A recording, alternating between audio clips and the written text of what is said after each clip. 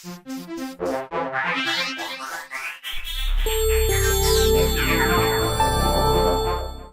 there, it's Mama Bear from Heart of the Matter Professional Organizing. Thanks for coming by my kitchen today. And we're going to just take a few minutes to chat together. But to kick us off, I've got a question for you. I've always felt pretty strongly that as the kitchen goes, so goes the rest of the house. Can any of you identify with that? I've often felt through the years, and especially the years with little kids at home, that if I couldn't keep on top of the kitchen and keep it tidy, there really was not much hope for the rest of the place. And I don't know if you feel that way. Would love to hear your feedback on that. For those of you who are joining in and watching the video today as part of the blog, please give me your comments. Is that true? I saw a cute comment one time about, it sort of shows mom in the kitchen. The dishes have just been done, the counters are wiped, and she's saying, ah. And then the flip was, meanwhile, in the living room, and the kids had turned everything upside down and everything was crazy. And it was a bit of a chuckle, because that is our reality as moms with children at home, and no matter what the ages and stages of our children, and even Marie and I with an empty nest. You know what? I had some tidy up to do today before I shot this video. But what we do like to tell people is that we're professional, not perfect.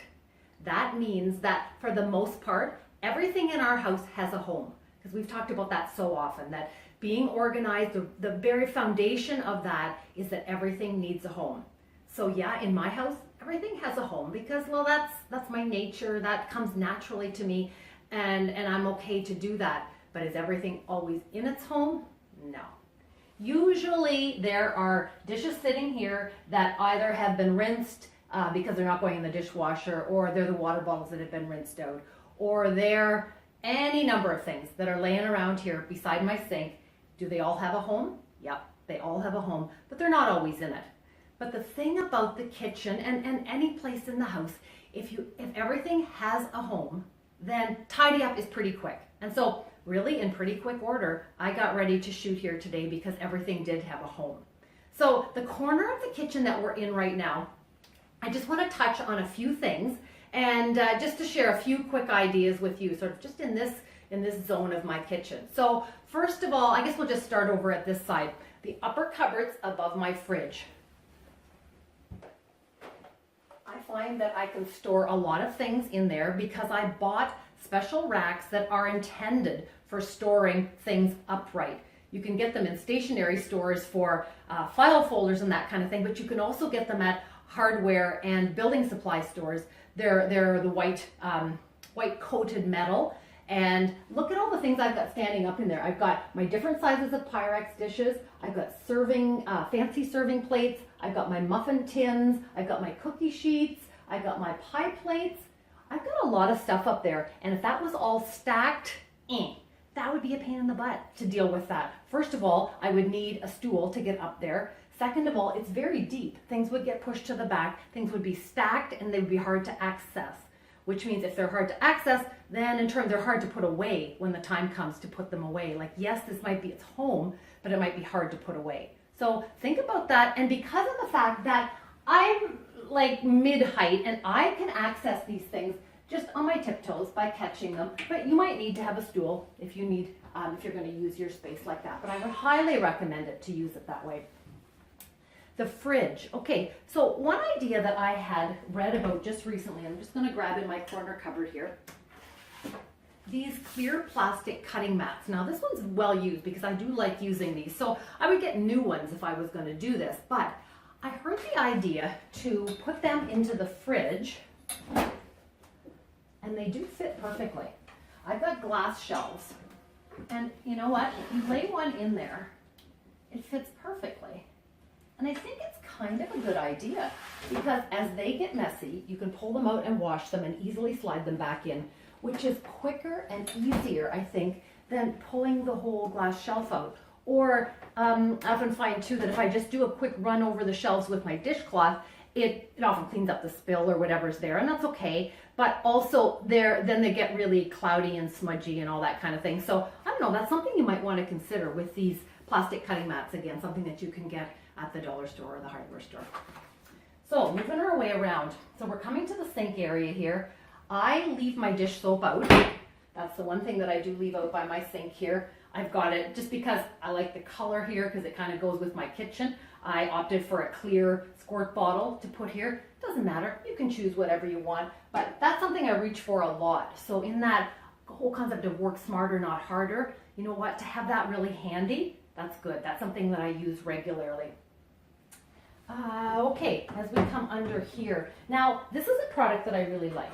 Brought one here that's still in the package. This one has a Dollarama sticker on it for $4.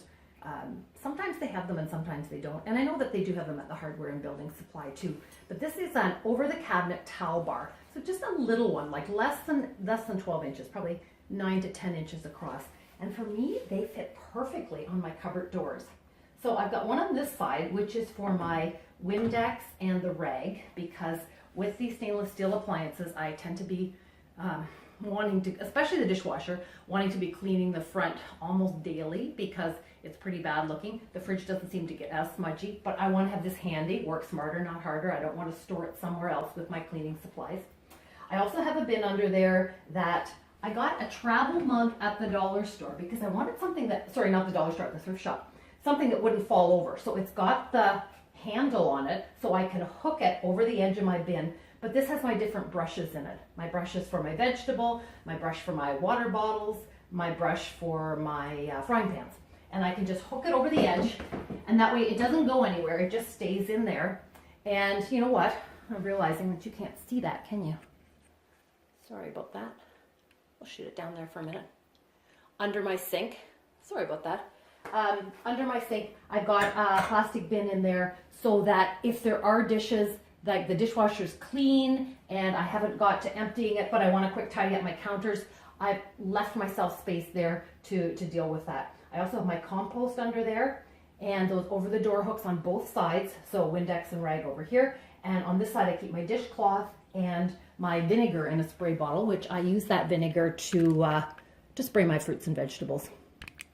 Okay, so we're going to keep going around the kitchen. In my upper cupboards here, pretty straightforward. I've got my everyday dishes. I've got my shelves fairly close together to make best use of the space. Again, got to take you up with me here. Fairly close together, my everyday dishes. Drinking glasses in the middle here. I lay my everyday water bottles because I'm in and out every day and taking those. I've got a little stack of custard cups, although this is the only one clean right now, but in the top one I put the lids for those couple of bottles that I use regularly. I've got my pottery bowls here.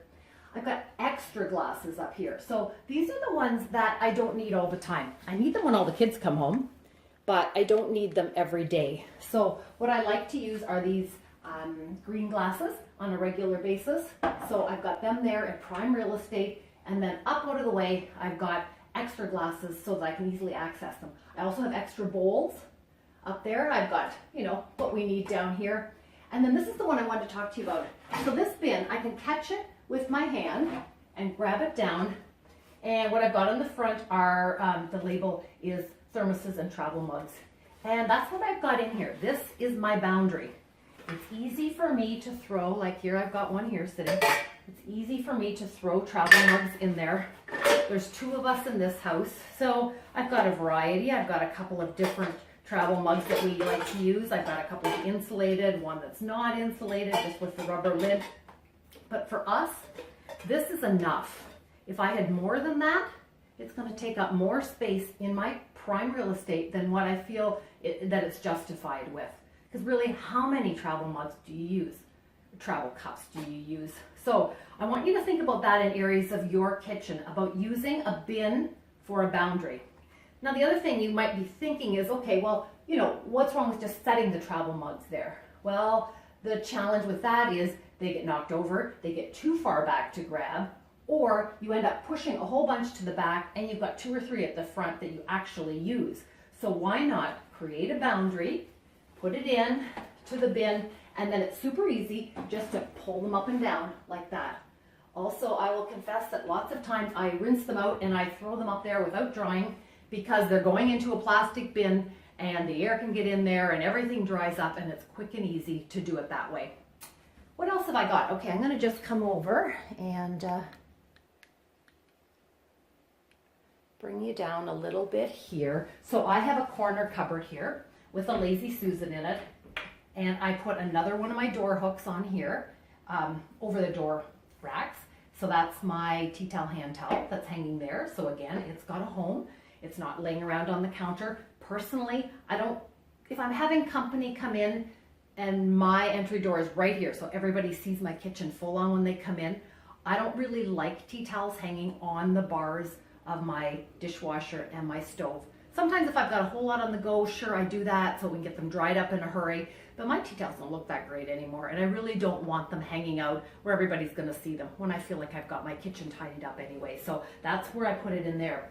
Just a few words about Lazy Susan. So Rhonda and I have kind of decided through the years that, you know what, for us, we're not big fans of using the Lazy Susan for a lot of canned goods and that sort of thing, because things can fall off the back and, you know, kind of get lost back in that abyss. So what we usually suggest to put onto Lazy Susans are small appliances, like I've got my hand mixer in here. I've got my crock pot in here. I've got my popcorn popper. I have got my stack right at the edge because I use these all the time. My 2 different sizes of strainers and my grater. I use that all the time. I've got a roll of paper towels, really handy here too. I've got my frying pans.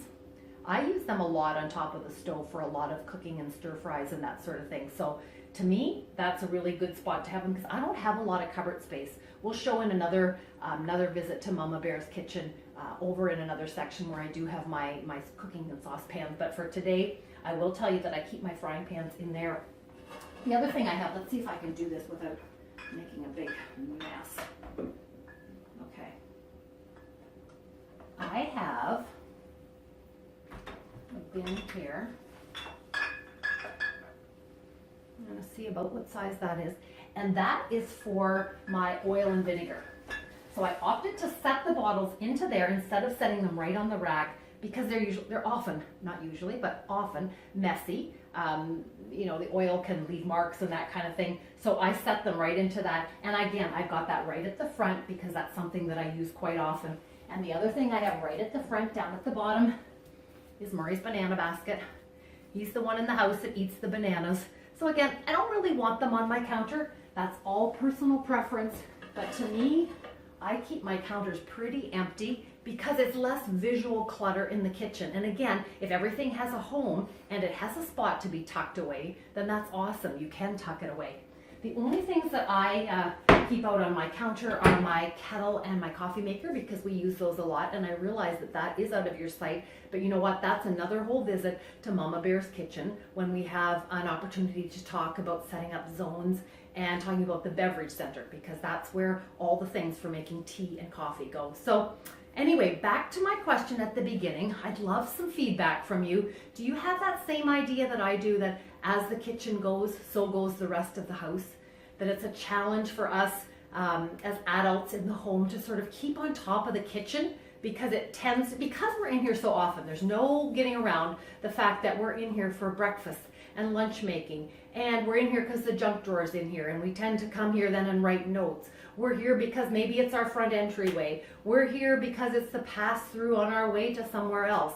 We're here so often that if we're not keeping on top of it, it can drag us down in the whole rest of the house. So I'd love to hear your feedback on that. And if there's ways that I could help you brainstorm the challenges that you have in your kitchen, or if you feel like you'd like some hands-on help, that's what we do. We love to come out into homes with women to brainstorm how the flow of the kitchen works, how we can pull everything out, sort it out, evaluate what you're going to keep and what you're going to get rid of, assign a home to everything, and then restore order. Lots of labels. I don't use labels on the cupboard doors, of course, but for lots of families, we do put labels on the insides here. It sets you up for success. It sets the whole family up for success. When you empty the dishwasher, everybody knows where everything goes, and there's a reasonable expectation that people follow through with that. So I have enjoyed having you to Mama Bear's kitchen today in my little sink corner, and we'll be back again real soon. We'll take another stop somewhere around my house, and I'm glad to have you join me.